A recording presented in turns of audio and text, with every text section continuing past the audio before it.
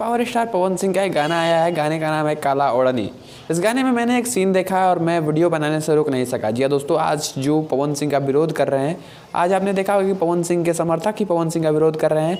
जो लोग पवन सिंह के गाने में काम करने के लिए, उनके गाने में 1 सेकंड स्क्रीन पर दिखने के लिए तरस जाते हैं, वो लोग आज पवन सिंह के खिलाफ आ चुके हैं। लेकिन आज एक गाना जो रिलीज हुआ है जिसका नाम है काला ओढ़नी, इस गाने में भी निर्भय प्रताप सिंह आपका सीन है और आप समझ सकते हैं कि जिसके खिलाफ आप विरोध कर रहे हैं, जिसके खिलाफ आप भला बुरा बोल रहे हैं लाइव में आके चाहे इंटरव्यू में आके, वो आपको कितना ज़्यादा मानता है और कितना ज़्यादा प्यार करता है कि आपको अपने गाने में, जो कि भोजपुरी इंडस्ट्री का अब तक का सबसे महंगा गाना है, सबसे बड़ा गाना है, उसके वीडियो में आपको स्क्रीन टाइम दिया है। ये कहीं ना कहीं बड़ी बात है आपके लिए।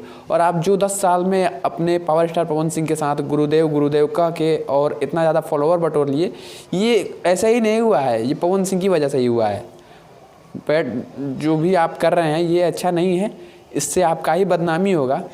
लोग कह रहे हैं कि जो 10 साल में पवन सिंह का नहीं हुआ वो आगे चल के किसी और का क्या हो सकता है। ये सही बात है कि अगर आप पवन सिंह के नहीं हुए, जिसको आप गुरुदेव कहते थे, गुरुदेव कहते ही थे, तो गुरुदेव ने आपको मान लीजिए कि फटकारी लगा दिया, डांटी दिया, तो क्या हो गया।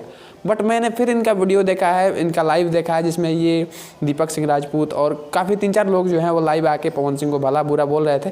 खैर, इससे पवन सिंह को कोई थोड़ी असर पड़ेगा, असर आपको ही पड़ेगा, गाली आपको ही सुनने को मिलेगा। तो करिए जो कर रहे हैं। बट मैंने ये सीन देखा तो मैं अपने आप को रोक नहीं सका।